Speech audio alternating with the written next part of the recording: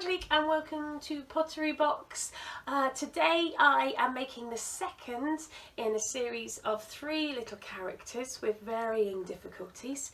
On the first video you'll be able to find we made Mr. Octopus, which I called Stanley. And now we're going to be making this little chap here. So he has a little blowhole of water that comes out too. So he's quite a bit of fun. Right, so few basics to start with. We're going to be using just things you can find around the house. So skewers, paintbrushes, like a straw we've got here. So you will find something that resembles the right shape that you need somewhere hanging around the house, like a pen. And we're going to be using air hardening clay. I have got a previous video that shows you the differences in joining and working with salt dough and with PVA dough, but as I say, back to the air hardening clay today. Now, I do like to keep my clay wrapped up. And I probably, my pupils would say that I go on about this quite a bit, but there's nothing more annoying than coming back to a lump of clay and finding that you haven't wrapped the bag up enough and the air's got in and it's gone hard. Right, what you will need to make before you start is a little bit of goop. Some people call it slip, some people call it slurry. I just call it goop because you'll see it's goopy. Right, I'm just breaking little bits off, and at that point you'll see with the air hardening clay it's got little bits of fibre, like material strands in it. That's what sticks it together. So once I've broken off a little bit like that, then I'm going to get a little bit of water in my sponge. Like that, not too much. Now, maybe a little bit more.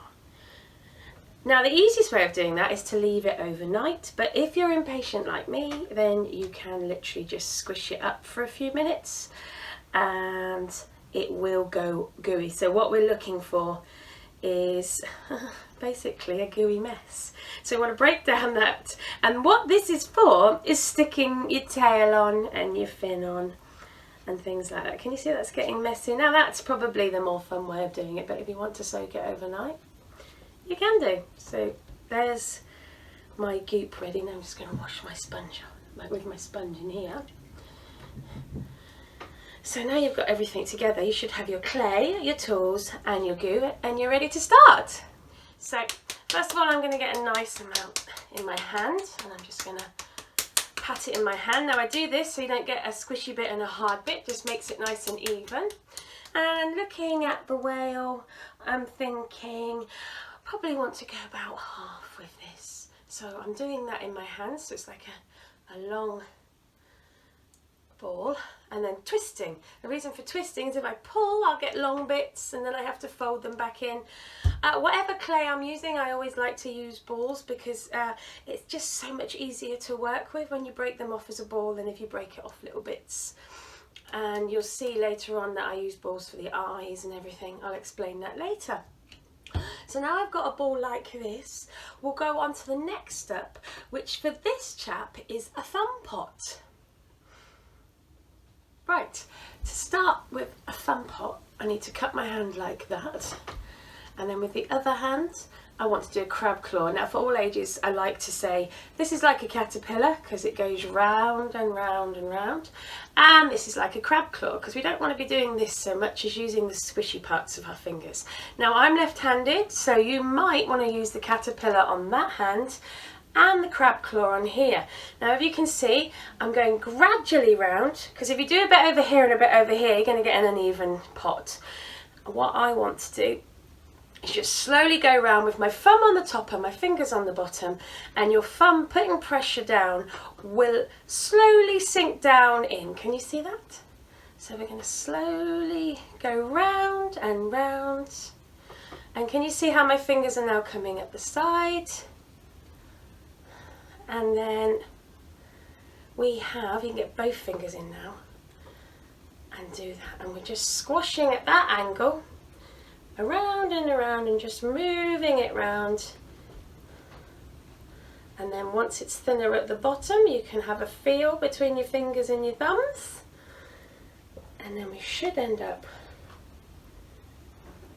with a really nice kind of shape like that. Now this I will say quickly, is really useful for doing a pot as well. So you could actually make a normal pot like this, and then you could make sausages and curl them round on top and then squash them in. That's for another session later on. But there we have a really nice shape to be starting this whale with. So what I'm doing now is I'm just going to cup my fingers underneath and just go round and round until I get a nice domed shape. So I'm just tucking in the bottom really. By squashing it all the way across that finger and all the way across that finger, the clay's got nowhere to go and it still keeps its shape. So now I've got him, he's a really good start for a whale. So once I've done that, I'm just going to smooth off some of those rough edges, always with the squishy parts of my finger, unless I want to dig in some detail. Try and avoid your fingertips. And then, you see, just go round. And that is a good shape to start putting on the extra detail. Right, so on to making the tail and the fins. So I'm going to make this into a ball again, and then I'm going to do that roll thing exactly the same as before, and then twist. And then I'm thinking, maybe a little bit smaller. So twist a little bit off. I'd say we can always add a little bit. So what we want to do with this one is get them into a ball first, and we want to go round our fingers like that and pinch the tail. The start, that'll be this bit just here that I'm making there, and then I want to be pulling apart a little bit and then going for two ways, that way and that way and that way. Fold over anything that gets in the way, and can you see how that's starting to form? Now if you're finding that difficult, it's not a problem to roll out some clay with a bottle or rolling pin and then literally cut the shape out if you want to make it like this. But this is more the sculpting side, so I'm just coming down there like that again. Can you see how I'm just almost pinching this out? And then we're starting to get the shape there. Can you see that? Now, with a whale tail, as you'll see from this one, they have that ridge going on there. So we're going to try and get that ridge just by running fingers down, like that. And then we just want to get them roughly the same size. Now if you don't get it on the first go, it's clay, just squish it back up. Especially air drying clay, you haven't got to worry about it going in the kiln and getting air bubbles into it. And you can just squish him back up, roll him in a ball and start again. That's what I love about clay. Well, one of the things I love about clay. So there we go, there's the start of a tail. And then we want to be just pinching that bit out a bit more. There we go. And I'm just going to highlight that bit again. Obviously you don't have to do it up in the air like this. I'm doing this so you can see what I'm doing. You will find it an awful lot easier doing it on the table. And then I'm just going to take the back and smooth over. Again using the soft parts of my fingers. There we go. By doing it with my fingers, it gets more of a flow to the tail. But say if you want to cut him out because it's easier, do. It's not cheating. Right. So there's a nice tail start off. You can spend quite a bit of time smoothing things off. You don't want to watch me doing that, do you? So I'm just pulling that tail a bit more, making a little ridge there. Right, so the next step is to see what he looks like on there. And I made him a really nice big tail, I think. And then we're going to look at doing the fins. Right, so now we're going to make the fins. So I'm going to roll this clay again and twist and roll it again. Make it a little bit flatter and twist. And by doing that, making two balls, I'm going to end up with the same size fins on each side. Same applies for if you're making eyes or ears or wings, anything you want to make the same size. It's a really good idea to get the sizes with the balls first, and then they're more likely to turn out the same size. and they're easier to sculpt when they're in a ball, as you will see. So again, with these fins, if you wanted to roll it out into a thick piece of clay, about like that thickness, you could do, and then cut him out with a skewer or even a pencil, then that's fine and you can smooth it off, or you can blend them like this. Have a go at both and then roll your clay back up. If your clay gets a little bit dry, always good to just damp it off with a sponge so it's quite wet, and then put it in a bag overnight and it should absorb the water, and if not, try again. Okay, so now I've got that shape, I'm just going to do, so I'm squishing there and there, there and there. Can you see that? And by doing that, and then by pointing the edge like that, can you see that shape forming? And then I'm going to twist that round, and then he'll go thinner that way as well. So it's all about putting equal pressure on both sides, clay. As long as you're putting equal pressure and supporting the other part where you're working, you'll be fine. So there is one fin, and then I'm going to really quickly make another one because you don't want to watch me do it twice. There we go. Sculpt him out. And they've usually got a little bit of a divot just here. So I'm going to have one there, and again a little bit of a divot just there, and a little bit of a ridge on the front part. But you can make it any shape you want. If you want to do a different type of whale and do long ones, or if you're doing home ed at the moment, education at home, you might want to start looking at what whales are called what and what they do and how deep they dive, and then do a whale as part of your big project. Right, so now I've done those and they're both ready and they're both similar sizes, I'm now going to show you how to join them on. Right, so now we're going to join him together. So I'm going to start with a tail, and a really good thing to do is hold it carefully, obviously. You might want to hold the thin parts and just bash that on the table. Sounds a bit drastic, but it works. It gives you a nice join like that, and then we'll just see if he's going to fit there.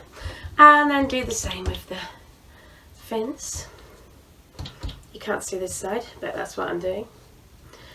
And then I'm going to show you how to join. So I'm going to take that flat edge, and you will now be able to see where he's stuck just slightly.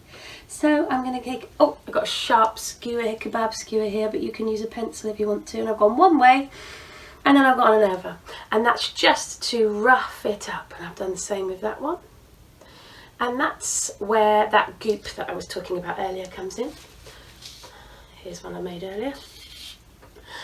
And you can use either a pencil or a brush. Brush tends to get really goopy though, so I tend to use my finger.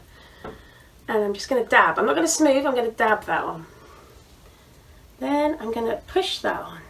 Now, because you've used that glue, you could leave him like that, but I actually want to give him a little bit of a blend in. Now, if you find he's not blending with your finger, then you are more than welcome to use like a knife, or I've got a flat bit of a just to get that bit more grip on your work there, and just blend that in. Nice big strokes, don't go too much like that, you'll get a ridge. Go nice big strokes like that. Then you can smooth it with your finger. There we go. And I find fingers quite good, but if you don't like using fingers to smooth things off, you can always use a damp brush. So something like that, damp, would smooth him off. I'll show you that in a bit. And then I'm going to join on, can you see how his tail is really well joined on now? And then later on at the end, I'll move his tail up or around to the shape that I want to. But right now, while I'm doing the rest of him, he's just going to be better laid flat on the table like that. Right, so now I'm going to stick the fins on the same way. Let's score that, score that. I'm doing this really quickly, you don't have to take as short a time as this. There we go. I want them about there, I think. And don't worry if you lose your shape a little bit, because you can always get that shape back once you've joined them. There we go. And the other side. Oh, look at that, I forgot to score and glue that one. If you don't glue it, it might seem like a pointless task, but this is like PVA almost. If you don't glue it, you'll come back in the morning when it's dried and they will have all fallen off, especially if you haven't blended them on. So it's just the water holding them on when it's wet. Then when the water dries out of it, you end up with it on the, I'm just turning him round for you. So just, I've got those score marks from the kebab skewer. So now I'm smoothing him off. Now this one here, I've done little ridges here. So you might want to pick him up and do those ridges. Or you might want to leave him without. My daughter did one the other day. And just to show you, he's like this here. So he's got a smaller tail, looks completely different again. And instead of a blowhole, she's put a little horn on it and made it into a narwhal. And the mouth is different as well. She's scribed in a little smiley face. And with this one, I'm going to show you how to do a lip like that. So once you've got those joined on, we'll go on to, I'll just show you how I'm bringing that clay across there, as well as bringing it across there. If you pull it from one place all the time, you'll end up with it uneven. There we go. Don't worry about what the underside looks like, because one, nobody's going to see it, and two, it's usually quite tricky to work on the underside. So as you can see, he's starting to come together. And then we'll show you how to do the lip. Right, let's go on to the lip. I'm not going to worry too much about finer details on the back and the sides here until I've made the whole character, and then I'll go back and do the fine detail, because you might think that that looks better, like on the tail. Now when you put the lip on, you might think you want to like squeeze him out and make his tail a little bit longer. So we're going to leave that for now, and I'm just going to do the mouth. So for that one, I'll pull my ball of clay again, roll him like that, twist a bit off. We don't need much. And then this one, I want to do that. Now again, my fingers are getting a little dry, so I'm just going to do my whole hand here, because I want to roll a sausage out. And then that just makes my hands damp, and then I just want to smooth off any rough edges before I start rolling. Right, so now I've just rolled in my fingers like that just to get a rough shape, and then I'm going to roll on the table. Now what I tend to do is use this part of my hand mostly, and then roll it across, and then that part of my hand again on the squishy part. But you find the best way for you to roll a sausage. So again, I'm doing this quickly. You don't have to do it that fast. And once I've got about that long, I find it easier to make it smaller. Right, so I want, I'd say about that sort of size, like that. And then I want to smooth off his edges. Well, my hands are quite dry today, so. Oops, see, that's what happens when you put too much water on, then it goes gooey. We don't want to do that. Then, got that one there. Now, I'm going to lean over a little bit here. And then we're going to put that lip on. Now, as you can see, with that, I've got that on there. Now, this one isn't so important to stick on because we are really blending him in. And we're just going to take from the centre upwards. Can you see that? Now, a tool is really good, sharp, let's say a sharp edge, or not a sharp edge, but a flat edge even. We don't want sharp tools. They're never really that successful. You end up making holes in your piece. And I'm going to smooth round. But a nice flat edge will give you a better effect on that lip. Can you see how that lip's forming? I'm just going to smooth the edge round a little bit there. And smooth across. So I really like an old knife that you eat with would be really good. That's quite good for that if you haven't got one of these. And I'm just going to pick him up because I can't see what I'm doing. And then you can see at the side, it naturally has a bit of that shape that we're going for, but you can just draw it in a little bit more and give him a bit of a smile. Or you might want a grumpy one, I don't know. Right, and a bit more there. And then he's got a nice smile going on. Especially if you push that bit down in the middle so it's got that smile effect. So there's that one coming together. I'm just going to come to the back now and play around with smoothing off. And if I think the tail wants to go a bit longer, can you see how I've just pressed that down and made that ridge a bit more prominent? You can have a play around. It's really good to get a picture of a whale, the whale that you choose to make, and use that as a guide or a reference. Right, so now I've done that. Well, make sure he doesn't stick to the table. That's a really good thing as well. You might want to put him on a piece of card at this point to finish working on him. Anyway, I'll go on to the eyes in a second. Right, let's get onto the eyes. Now, I might as well use a bit that I just pulled off. So I'm just going to twist that. So I've got two, oops, I dropped a bit. Let's try another piece. So we've got two the same. If you're in your front room, make sure you pick any clay up that falls down on the floor. I'm in my studio. I've got dry fingers again, and I'm working with smaller bits, so it's really good to keep your fingers down. I'm just going to roll these in my fingers like I would in the palm of my hand, but a smaller scale, just between two fingers at the top and the thumb at the bottom. And if you go around in a circle, you'll usually find that you get two balls like that. Now, you don't have to have small eyes. You can have bigger eyes. You can have huge eyes like Stanley here, or you can go for small eyes. Have a play around. Again, if you'd like, you could make a mark in it like that as a little eye, and if you don't like it, you could just smooth it off again. Okay, so what I'm going to do with these is I'm going to put them on the table. I'm just going to flatten them out, and if I get a little bit of a crease, I've got the slightest bit of water on there just to do that. Now, because these are going to be stuck on and not joined, it's really important to work out whereabouts you want them. Now with whales, they usually have their eyes at the side. I do like a lot of the time making one eye bigger than the other, but you can make them the same. And then once you know where they are, peel them off, and then you'll see exactly where they go. And I'm just going to really do small scores, and then the same on here. Fiddly, but essential. Right, rough that up. And then because I'm doing it on a small scale, I use the same to dab some on. I think that one went on that side, but it doesn't matter like that. There we go, there's one. And then a bit more on that side. And then because I've put that goo on, you really don't have to do anything else. That will stay on there like that. Okay, so the last final piece to do, apart from you can have a play around with smoothing out and getting the shape you want, is this blowhole. So for that, I've got this, or you might like to use like a paintbrush, and I'm just going to go through and spin like that in my fingers so it gets a nice hole. Okay, and because you can leave him like that, or I say you can put a horn on like my daughter did, or you can make him a little bit bigger, so it's like that.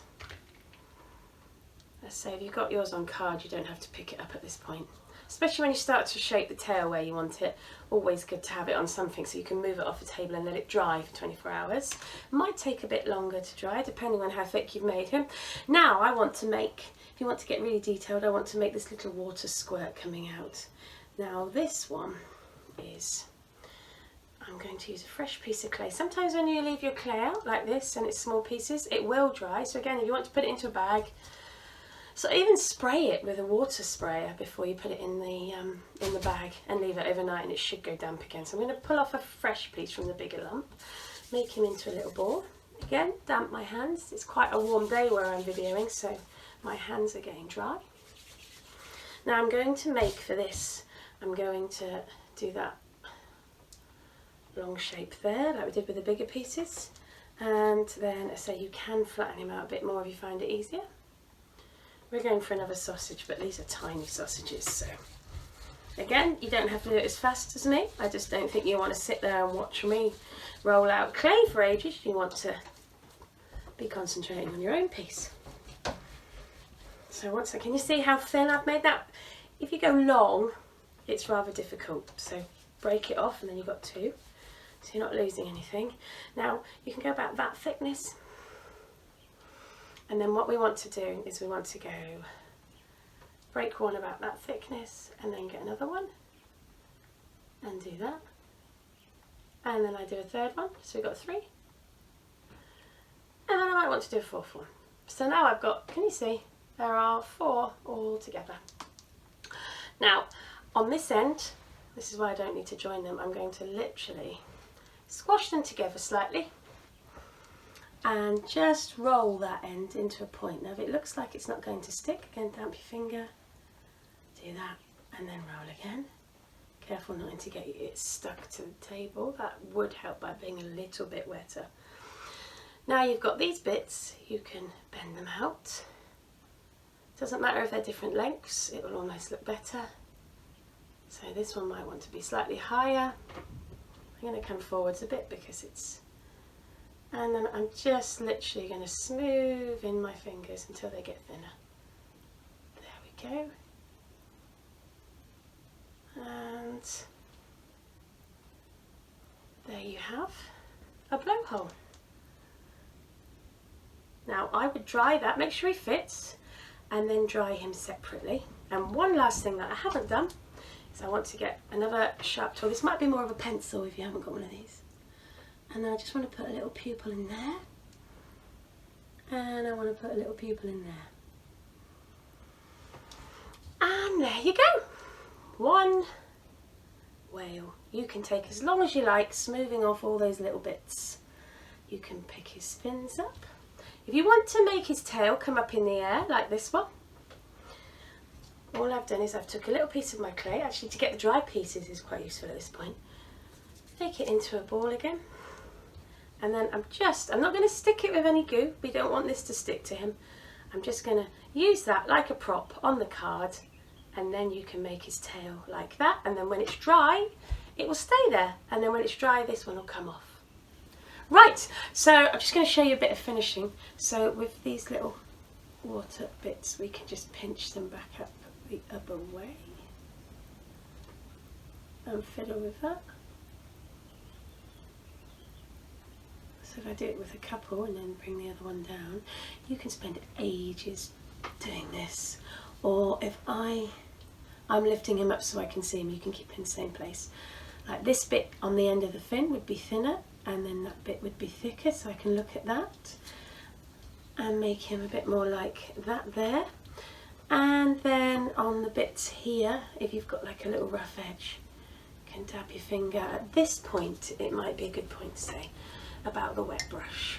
So what I've done is I've wet a brush, I've wrung it out, and then when you go like this with the brush, can you see it smooths all those edges out?